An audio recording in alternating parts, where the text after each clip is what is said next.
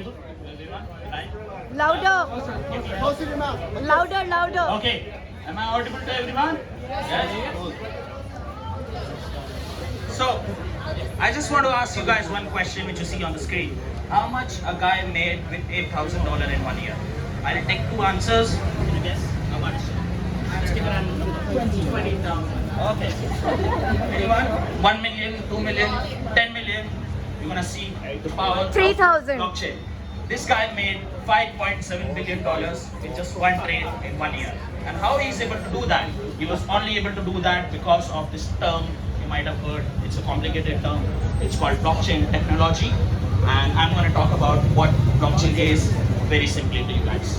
So what is blockchain? Blockchain is just like a public ledger. You know what is a ledger? It's basically a bookkeeping a term that comes from a traditional finance where you record transactions. So imagine the transactions are recorded digitally in a form of blocks and they are chained together. So it's blockchain. So it's basically recording of transactions digitally in a public ledger. And it's so much more. It's not just a transaction thing, it's peer-to-peer. It's just like ABA without having any ABA in between. You can transact, share value, share information, and share a lot of stuff from A to B without having any central party in between. So that's what blockchain offers you. And it offers so much more. It's a decentralized network. That means you don't have a centralized party. That means when you are sharing value, when you're sharing information, or you're transacting between two people, you don't have to go via a centralized party. And in most of the cases, and a real life case is banks, right? We send money, the centralized party is a bank. So imagine I send you money without having a bank. And people say that crypto is suspicious, you might lose your money. It's not. It's very encrypted. It works on a consensus mechanism. You might have heard about a term called mining. Basically, these are validators who validate the transactions that are happening on blockchain and they get rewarded in return. So why blockchain was created? As you know, you cannot trust a central authority. We know about the financial crisis that happened in 2008. It left everybody on the streets. You have Facebook stealing your data. So many companies filing cases against Facebook. You have a guy, Nirav Modi, who stole the money of people's money, the taxpayers, and that's why you cannot trust a central party. So how a transaction looks on a normal way, Paul wants to send money back to Australia. He sends it via bank. He has to pay for the salaries of people who are helping him to send money to Australia. He has to pay tax, border fees, and then the transaction comes to him in 3 days. So it's slow, time consuming, many parties are involved, whereas on a blockchain, we can directly send it. It's peer-to-peer, it's decentralized, you don't have a bank in between. And it results in minimum fees, no border fees, it's super cheap. Quick and fast, you can get in 5 seconds, 10 seconds if you're using a nice blockchain. And it's public and secured because I said it works on a consensus mechanism. So why blockchain? It saves time, as I said, it reduces the transaction period from days to just seconds. It removes the cost so you don't have to pay for the salaries working at the bank. It reduces risk because you know cybercrime and fraud is so much growing, and it increases trust because there is no centralized party in between. You are directly dealing with the person you want to send money or transact or share any information or value. So what is the use of blockchain? There are so many use cases now, but I'm going to talk about the two most heard cases you will see across you. One is cryptocurrency. I think each one of us have heard about at least one cryptocurrency, which is called Bitcoin, which is, so what is a digital currency? It's a digital asset that has a transactional value. So money is a traditional asset. It's the same thing, has a digital asset, but it has a transactional value. It also has a store of value, just like gold. You can store it and the value can grow. And it exists on a blockchain. What is NFT? It's just like a token, like Bitcoin, but it represents the ownership of a particular asset that exists digitally. So that means it's a token that's pegged to a digital asset, but it's unique. It's just like digital ownership certificate, but in a form of a token of any art piece. So this is just the ecosystem to show you guys how the asset ecosystem exists. So you have traditional assets, you have coin, oil, and gold, and then you have digital assets, which I just talked about. And then you have assets which are your Mona Lisa, your diamond, your degree, your house document, and you have non-fungible tokens as just talked about. So it can be a digital certificate of Mona Lisa. So what is blockchain 2.0? It's about smart contracts. As the name suggests, these are contracts that are smart. That means imagine a contract that is in a form of a code. That means it automatically implements itself when the conditions are met. So that's what blockchain can do. I'll show you with an example what that is. Party A and party B agree on certain conditions. The programmer writes the contract on the blockchain, and automatically when A and B, whatever conditions they discussed are met, the blockchain automatically executes that contract. For example, you will see in the next slide what I'm talking about. So decentralized finance is one of the example. Through blockchain, you can get interest. So as part of a contract, you're putting your crypto in a blockchain, and through smart contract, the blockchain gives you money back. By keeping your money in the bank, you will get 1 to 2% interest rate, but by putting your crypto in a blockchain, you can get up to 6% depending upon different cryptos. But now you will ask me, why just 6%? It's not a lot, because you can see the dollar, you might not know in 230, you will be able to buy nothing by your $5. But Bitcoin price always increases. You might be able to buy a house by 2030.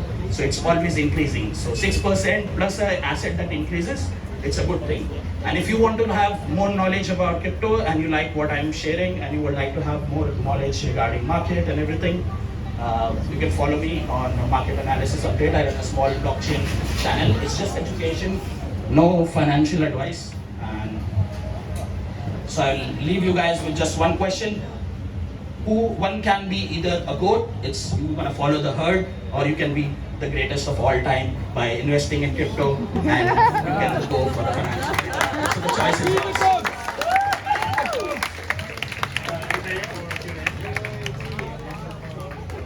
Let's give another round of applause for Aditya's for a great breakdown of cryptocurrency and blockchain technologies. All right, now we're going to try to do Q&A. Anyone who has burning question? Oh, Andres got it in the back burners. All right, Andres. I want to get USD. I want to transfer USDT into USD. Where can I get it in Cambodia? USD, the dollar or the coin? The dollar. So the question was, how do you transfer USD to USDT, which I'm assuming is the Tether coin, in Cambodia?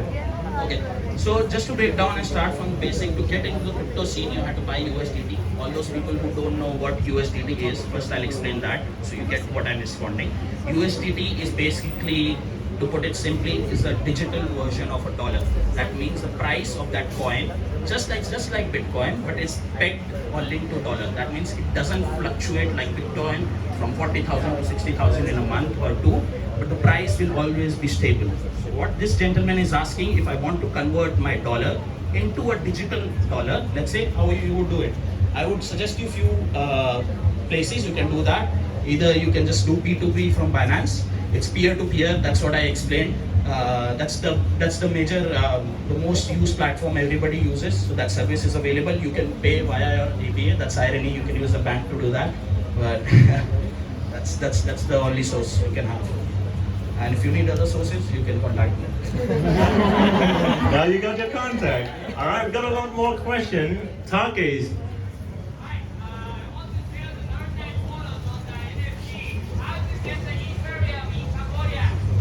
How do you get Ethereum in Cambodia? Ethereum already exists in Cambodia. What do you mean by getting Ethereum to in Cambodia? Like, I mean, it's already there. It's public. Everyone can buy it. If you want to sell NFTs in Cambodia, obviously you need to have a platform. You can still do it, right? It's just that you won't be able to cash out, because you can create NFT now. For example, you want to take a picture of me, go to OpenSea, SoulSea, or any other NFT platform, and you can post my picture there and list it by spending some money. And once somebody decides to buy it, he will pay you in Ethereum. What do you do with that? You transfer to your Binance and cash it out. So it's gonna come to you. So Ethereum doesn't come to you. The money comes to you via Ethereum. So it answers the question that Ethereum comes to you, if I'm able to answer it correctly. Alright, that's what information are for. So anyone else? Yes, Miss Elizabeth.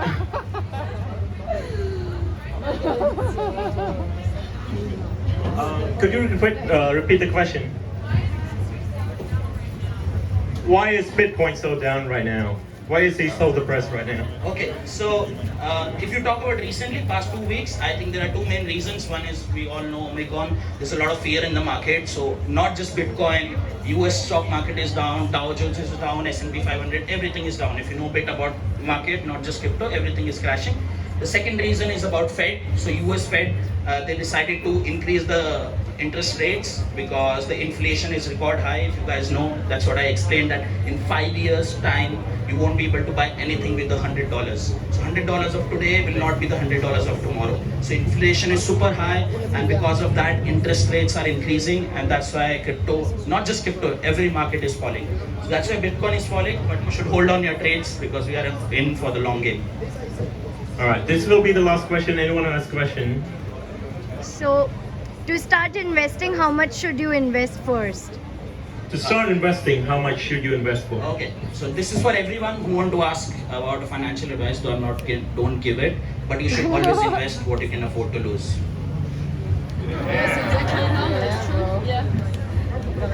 All right, thank you for all the great advice. If you want to talk to others, he's going to be here at the intermission as well.